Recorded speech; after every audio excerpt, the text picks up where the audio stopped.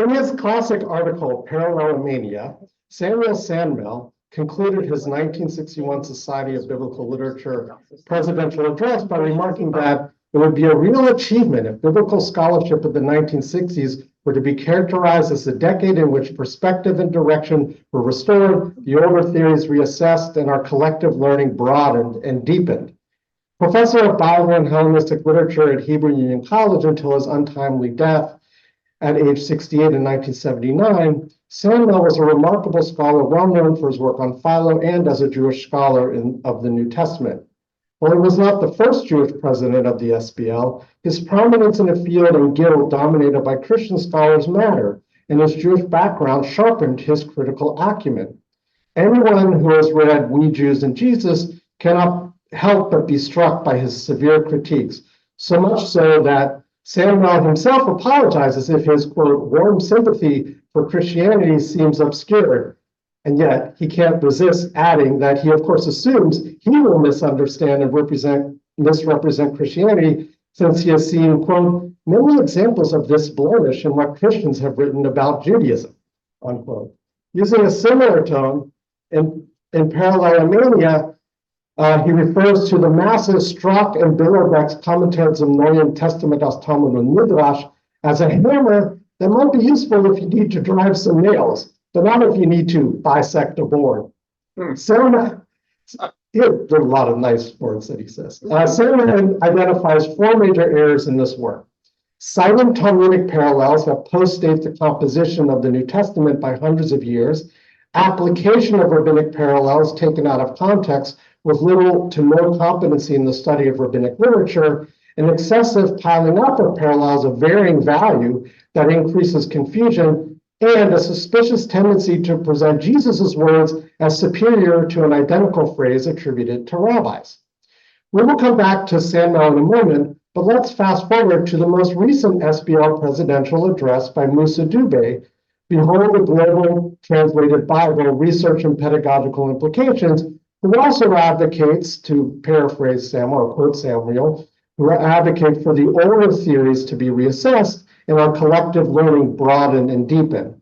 And while she certainly supports biblical scholarship with direction and purpose, she decidedly does not promote any kind of restoration. Dubé is also a remarkable president of the SBL. As introduced by HUC's own F.E. Wise Professor Emerita of Biblical Literature and History, Tamara Cohn-Eskenazi, Dubé is to be celebrated as the first African president of the SBL who, quote, does not privilege the Bible over and above knowledge collected from the African heritage. Rather, she approaches it as someone standing in between and within both of these worlds, that of the Bible and that of African culture, unquote. Dubé's post-colonialist feminist method, as well as her self-avowed commitment to activism, are emblematic of fundamental shifts in the field of biblical studies since the 1960s. Her presidential address is a case in point. Let's start with what she means by pedagogical implications. Dubé boldly argues for rethinking the requirement for students to learn European languages, such as German, French, and Spanish. Biblical studies should still require the study of ancient Hebrew and Greek and competency in Latin, yay Latin, but argues Dubé, and also Greek, Aramaic, and Hebrew. We like them. Argues Dubé, quote, students will need to be competent in reading one or two other translation languages. She is referring to the over 3,500 languages into which the complete Bible, the New Testament, or portions have been translated. So there are options. But this may sound disconcerting to those who may be or have just slogged through their secondary language requirements and may not have studied Chinese or Swahili as part of their biblical training.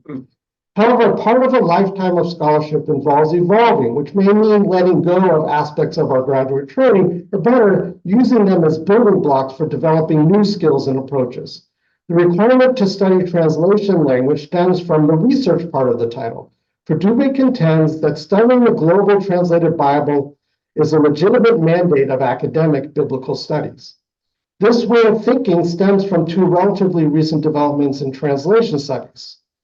First, since, quote, translations are always embedded in cultural and political systems and in history, unquote, translating is more broadly understood as translation of cultures not simply translating from a source language to a target language.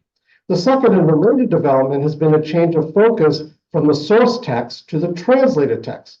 Thus, researchers consider the process of translation, the historical context of the translator, and translation as a cultural activity, as well as the role of particular translations in a society.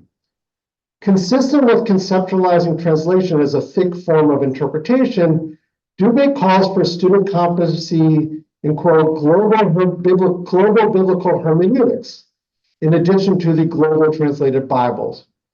Wonky Park offers an excellent overview of the field in a recent article on multiracial biblical interpretation, where he argues that African American, womanist, African, Asian, Indigenous, Islander, and Latino biblical scholars expose the whiteness of traditional biblical interpretation. At the same time, Park urges us to rethink these broader ethnic and racial categories and give attention to, for example, Aboriginal, Ethiopian, Jamaican, Korean, Malay, Mestizo, Native American, or South Asian sources. This finally brings us back to the history of biblical interpretation. What I'd like to show in what follows is a trajectory that connects the innovative approaches championed by Dubé to Sandwell through the development of the field of the history of biblical interpretation. I hesitate to say a direct line from Sandwell to Dubé, but perhaps waves or a ripple effect would be more apt. I well remember the challenge of doing research in biblical interpretation in the early 1990s. Near Eastern Studies and Religion doctoral programs emphasize the study of Bible in its Near Eastern context, or Bible as literature. To study biblical interpretation in the Greek and Roman worlds, one had to try to find a department of classics interested in support of biblical studies, or Near Eastern religion department that supported training in classical languages and literature. Next, ding. Next slide. While Sandwell does not speak directly of history of biblical interpretation, his much discussed article on parallelomania was crucial to its emergence as a field of biblical study in its own right, a history of biblical interpretation in its own right. The four problems he identified, the random piling up of real or apparent parallels, anachronism, problematic decontextualization, and a supersessionist undercurrent, are addressed in one form or another by the early leading figures in the field of history of biblical interpretation. Two especially influential works in the development of the history of biblical interpretation were Scripture and Tradition in Judaism and Haggadah Studies by Gaza Vermesh, and Biblical Interpretation in Ancient Israel by Michael Fishbane. In addition to coining the phrase rewritten Bible, Vermesh demonstrated how various readings in the Hebrew Bible itself, Second Temple literature, New Testament, and Midrash show the impact of internal and external forces. Taking the life of Abraham as a case study, Vermesh poses the problem as determining how the expansive version of the backstory of Abraham in the 11th century CE Sefer HaYashar derives from the scant details in Genesis 11:27 through 32, Joshua 24:2, and Isaiah 29:2 about Abraham's life in Mesopotamia. In tracing the major midrashic themes, he plans to consider, quote, the motives, exegetical or doctrinal, which originally prompted interpreters to develop and even supplement the biblical narrative. One such theme is the internal problem of why God abruptly summons Abraham at the beginning of Genesis chapter 12. One common answer, intertextually drawing on Joshua 24:2 and 3, quote, Terach, the father of Abraham, served other gods when dwelling beyond the Euphrates, was that Abraham categorically rejected monotheism in favor of polytheism. Rather than simply list various answers to this question under a rubric, such as Legends of Abraham, or even a more narrow Abraham the Monotheist, Vermesh offers a detailed taxonomy with particular answers and shows how they reflect philosophical and historical context. For instance, the Hellenistic Jewish writers attributed Abraham's dispute with Chaldeans over monotheism to his skill in astronomy on the grounds that his observation of the stars led him to conclude that they are subordinate to a single deity. For Philo, the mind of Abraham in true Platonic fashion moves from contemplation of the visible stars to the invisible creator and overseer of all, only intelligible to the soul's eye. On the other hand, In rabbinic reference to Abraham's astronomical ability in Exodus Rabbah, Abraham was warned against putting too much faith in astronomical calculations. Significantly, Vermesh attributes the difference to variations in doctrinal attitudes, with Hellenistic Jews favorably disposed to astrology and later Jews opposed to astrology. He addresses the challenges of Samuel by providing a coherent and contextualized reading of significant, not random interpretive passages that seek to trace the chronological development of a motif, Abraham as rejecter of Babylonian idolatry, as well as the historical and philosophical orientations of the author reflected and refracted in their biblical interpretations. Ding. The next slide. Fishbane provided more methodological clarity to the work of Vermesh. Key to his classic work on biblical interpretation that expanded on how the Hebrew Bible itself engaged in biblical interpretation, Fishbane distinguished between the Trinitum, the received text, and Traditio, its interpretation, and the dynamic relationship between Trinitum and Traditio. This privileges the Traditio, which reflects the changing and varied cultural context. Whereas in the case of a translation or a technical term such as pesher or as it is written, it's easy to distinguish between the text, the Trinitum, and its interpretation, the Traditio. It is more challenging in the case of what Fishbane calls interbiblical exegesis. For instance, in Genesis 9:6, whoever sheds the blood of a human, by a human shall that person's blood be shed, for in his own image God made humans. The key can do double duty as providing the reason for punishing someone who kills, as well as introducing a quotation of Genesis 1:27 about being created in the image of God. In the case of Leviticus 19:19, you shall not put on cloth from a mixture of two kinds of material. Shatnez glosses beged kilayim, but what is shatnez? According to Deuteronomy 22:11, you shall not wear cloth or clothing combining wool and linen. Fishbane reads shatnez in Deuteronomy as the Trinitum and Semel Fishtim as the Traditio. Fishbane's approach opened the field to include any usage of a biblical text to be subject to the history of biblical interpretation. Such approach, next slide, please. Such approaches culminated in the work of James Kugel, who integrated Jewish and Christian formal biblical commentaries with texts that depend on a biblical interpretation in order to construct the various ways the Bible might have been read around the start of the Common Era. Kugel's work marked a turning point in the establishment of history of biblical interpretation as an equal partner in the field of biblical studies. In Kugel's early biblical interpretation, edited by Kugel and Greer actually, Kugel synthesized previous work in biblical interpretation to provide a framework for the discipline. Early biblical interpretation by Kugel and Greer was published in 1986 by Westminster Press as part of the Library of Early Christianity series edited by Wayne Meeks. The series was designed primarily for students and a well-informed general public, but proved to be very useful to scholars as well, perhaps because of its readability. Just a shout out so that if you want people to read your work, make it readable. The book consists of two monograph-length essays. I won't talk about Greer, that's the second one on Christian interpretation. Kugel authored the first essay on early interpretation, the common background of late forms of biblical exegesis, which offers a general introduction to the field, as well as a program for its subsequent development. In the foreword, Meeks describes the contours of a new interdisciplinary field of interpretation of Scripture as practiced in early Judaism and Christianity, conjoining traditionally separate disciplines such as Roman history, Christian history, New Testament, Jewish history, biblical and post-biblical scholarship, literary criticism, and rabbinics. Already, the interdisciplinary nature of this work addresses Sandmel's critique of lack of expertise. Kugel's organization of the essay itself can also be read as a rejection of parallelomonia. Rather than starting from specific interpretations themselves, what are the interpretations and piling them up, he offers an overview and analytical framework before compiling and presenting the specific examples of interpretation. Rather, he begins with the chapter, The Rise of Scripture, or put differently, when and how Scripture became a Trinitum that required interpretation. Here he traces the hypostasis of text into an independent institution of power, such as the divine word becoming an edible text in Ezekiel, or the flying scroll of Zechariah that prohibits stealing and swearing falsely.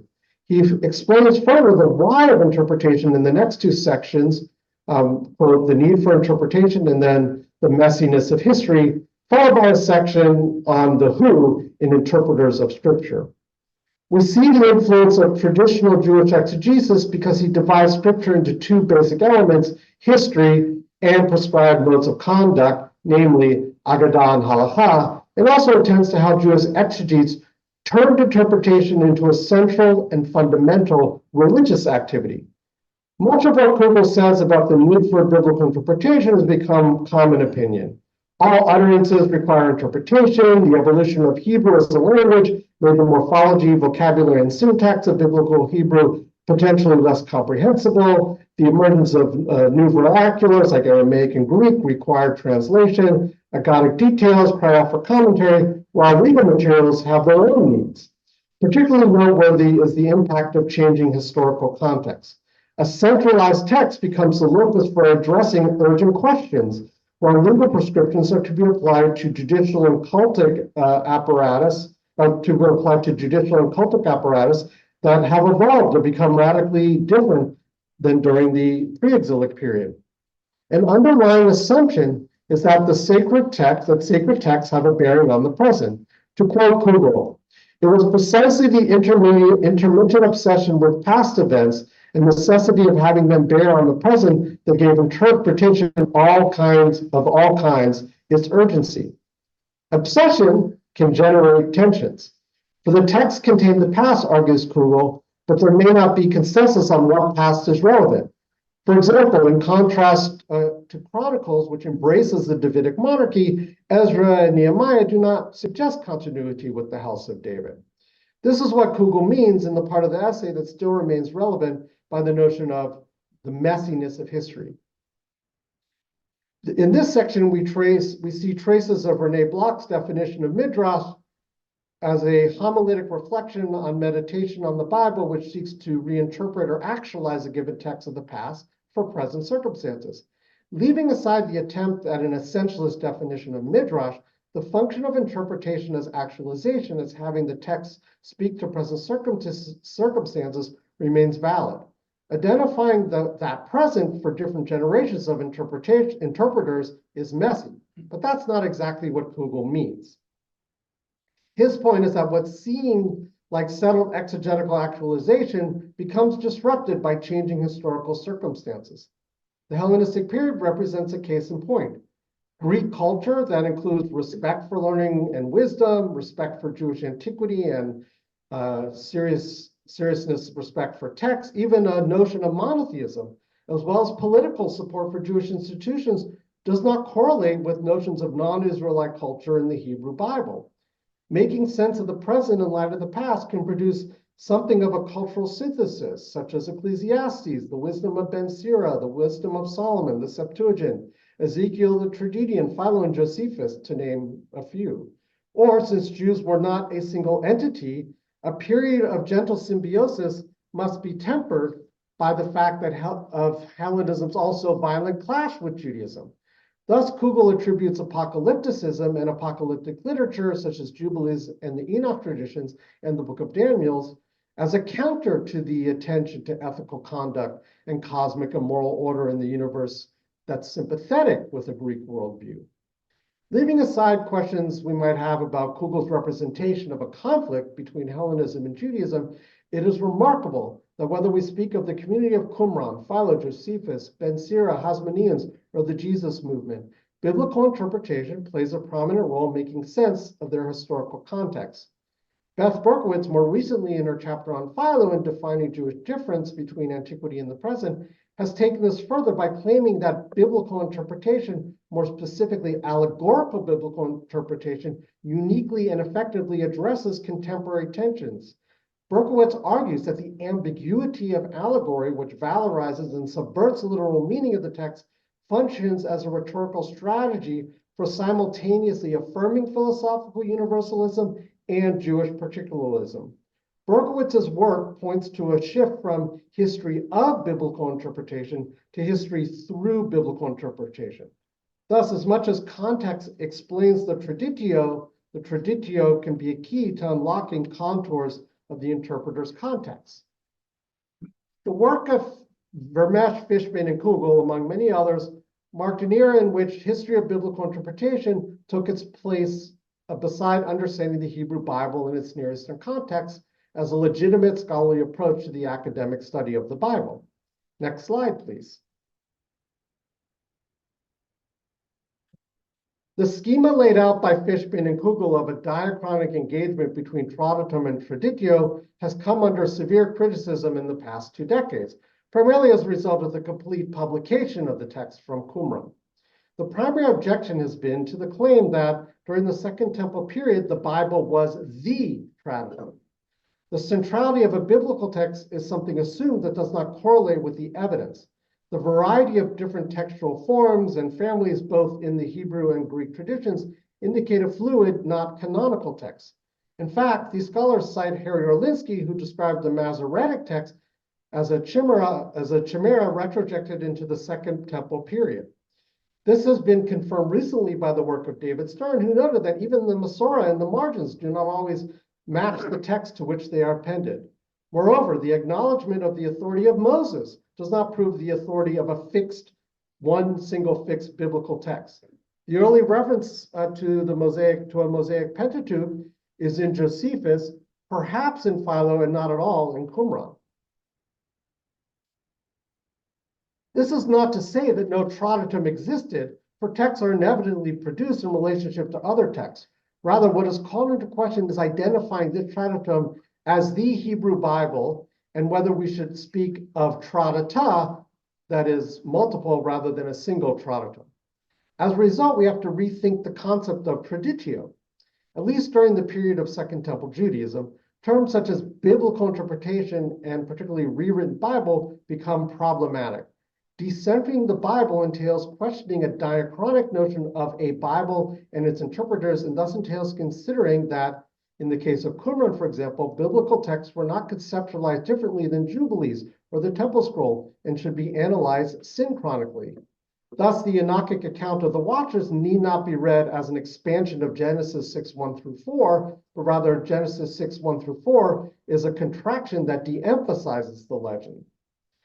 Recent work next slide, please.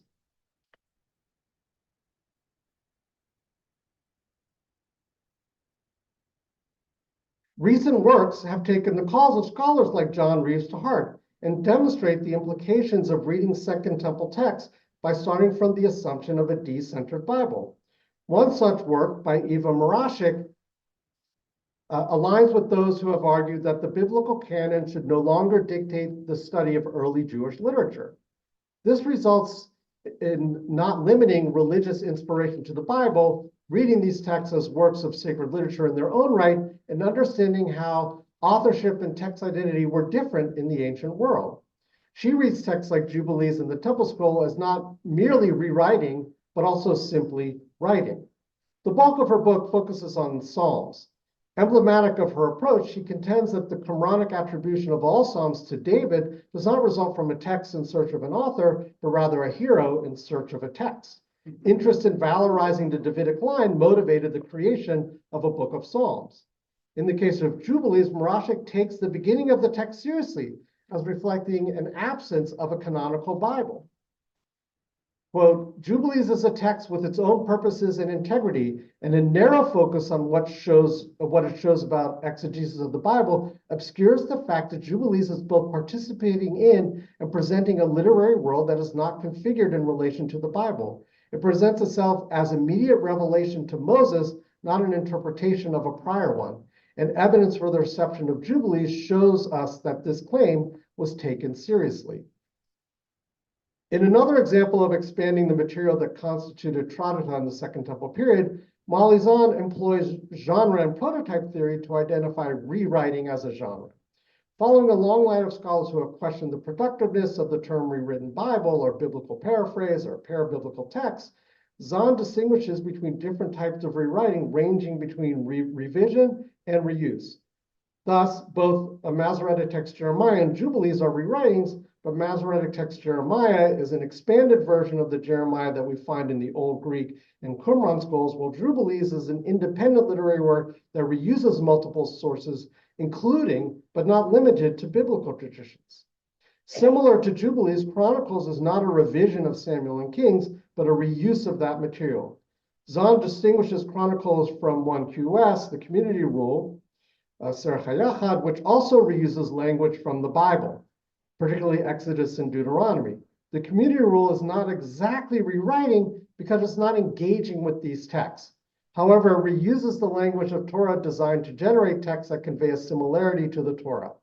Translation also constitutes a form of rewriting, whether in the case of the Septuagint in Old Greek, which seeks to revise the Hebrew to make Hebrew scripture accessible in Greek, or the Rabbinic Targumim, which makes Hebrew scripture conform to rabbinic exegetical norms.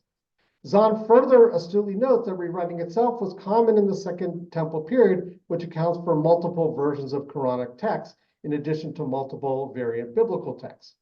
One could view this recent work as completely dismantling the work of scholars like Vermesh, Fishbane, and Kugel, who did such fine work avoiding the pitfalls of parallelomania and were able to say something meaningful about common exegetical motifs, their origin, development, and how they reflect and illuminate their historical context.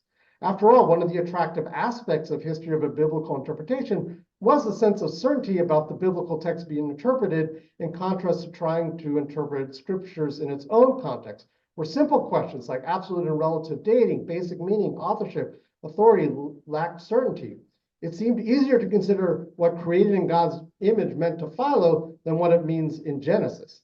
Even so, while recent scholarship questions categories like biblical interpretation and rewritten Bible, the implication should not be overstated. Not conceptualizing the Bible as Trinitum that is being interpreted does not make it irrelevant, since all cultural products draw on past utterances. There are still fixed text Trinita that are being interpreted. Philo and the Pesher texts have lemata, and a Greek translation had a forlaga.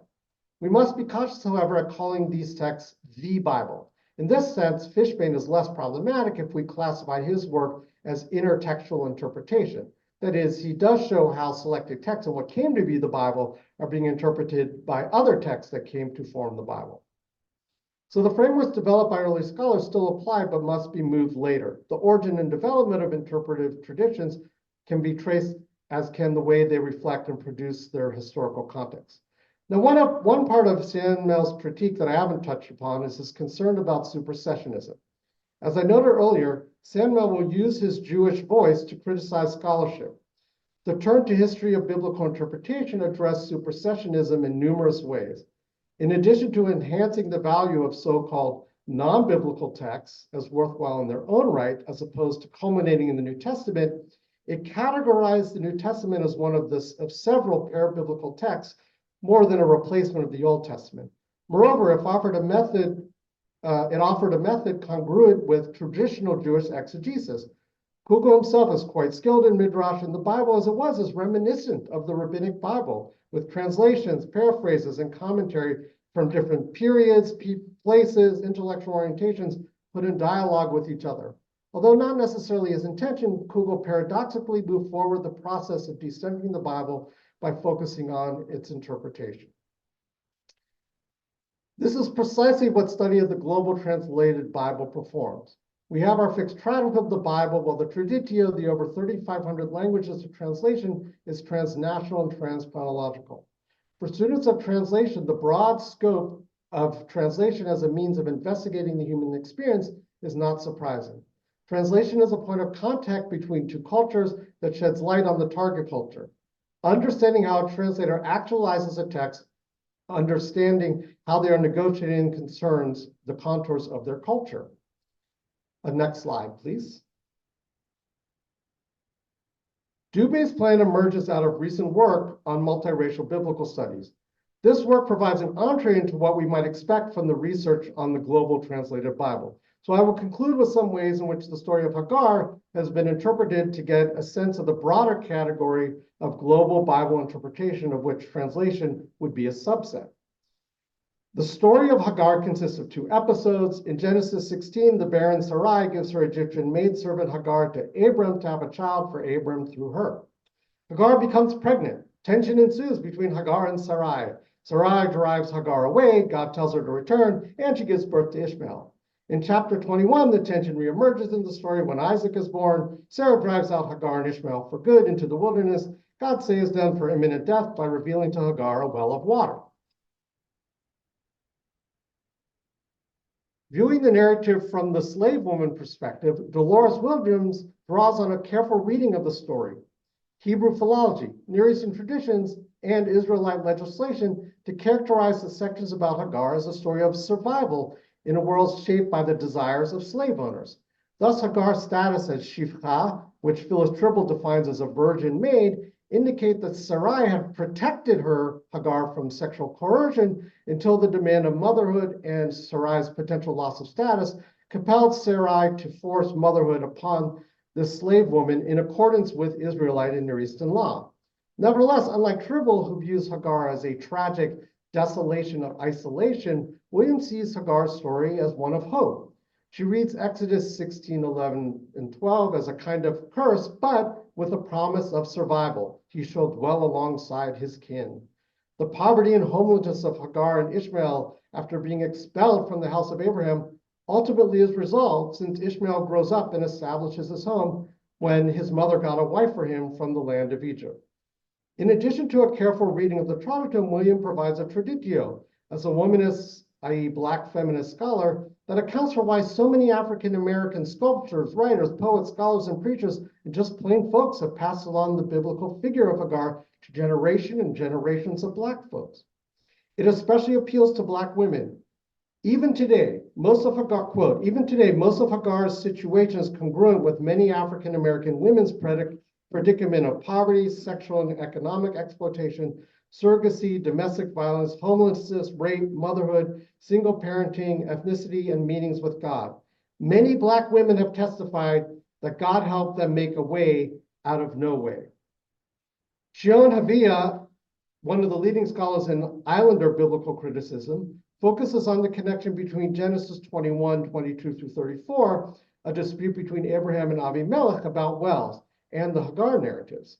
In Aliens, Waterholes, Leagues, and Undersides of Genesis 21, Havea compares various English translations of Genesis 21 with the Tongan rendition. God indeed packs you in everything you do, so commit to me here now in God, for I will know when you cheat me, my children, or my descendants. As I have loved you, so may you do lovingly to me and to the land where you are in transit. And Abraham said, I shall only commit.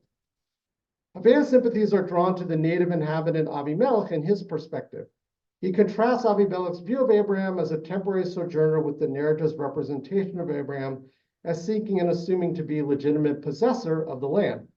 The Tongan translation thus presents Abraham as a deceitful colonizer who needs to be reminded that he is a sojourner and is benefiting from the loving nature of Avimelech. Avimelech is trying to protect the land for his descendants. The Tongan translation reads the Anochi as an emphatic first person and a deliberately deceitful, well, I only commit, but I can't speak for my descendants. Havea cleverly connects this story to Hagar by noting that Sarah is a kind of waterhole that Avimelech tried to take in Genesis 20, and Hagar is the second waterhole expelled from Abraham's household. And claims Havea, just as Hagar is abandoned, the story of the well is about the abandonment of the land and its native inheritance. The space prevents you and time from discussing some other fascinating of Hagar from a Latino and a Nisei, that's a child of a second generation Japanese American's perspective, as well as a Native American perspective. So to conclude, even as history of biblical interpretation in antiquity moves more to a comparative literature model and a history through biblical interpretation, the traditional core training in biblical languages and histories remain constant. Nonetheless, the field continues to develop more horizontally rather than vertically. History of biblical interpretation did not replace the study of the Bible in its Near Eastern context, but became one of many approaches, such as feminist biblical criticism, source criticism, literary criticism, anthropological, sociological, religious methods. Like many fields, it has become interdisciplinary. I would caution, however, that interdisciplinarity cannot happen without disciplinarity. Anyone trained as a classicist would find this an unremarkable observation, where a classics department would have scholars in Greek and Latin philology, history, philosophy, archaeology, anthropology, literary criticism, and gender theory, or they would encourage their graduate students to study other areas. As I have mentioned too, this is not a eulogy for the history of biblical interpretation. Texts of the Second Temple can be read in tandem with biblical materials from the perspective of co-production, to borrow a term from recent analysis about the relationship between Judaism and Christianity. That is, these texts in the biblical canon are being formed in tandem with each other. And with the field of multiracial biblical studies and the global translated Bible, we have a further horizontal expansion of biblical studies and biblical interpretation to traditiones that actualize the biblical text transhistorically and transchronologically. When I was a graduate student over 30 years ago, I never imagined I'd be giving a talk that would include a Tongan translation of scriptures. However, what we do, or at least should gain in our graduate training, are the skills to evolve and develop and pursue what makes us curious, leads us to new discoveries that we can transmit to a new generation. And we must do this faithful to the highest standards and integrity of scholarship and in ways that are relevant to the issues of our day. Thank you.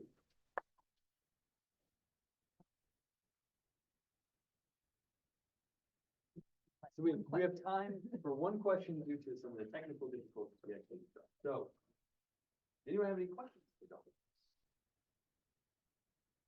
Well, I've got a kind of a common question. I remember being very impressed and a little bit downcast at a discussion with Rabbi Jan Katsu about Rabbi Ezra's Feinstein was thinking of the King James translation of the Psalms.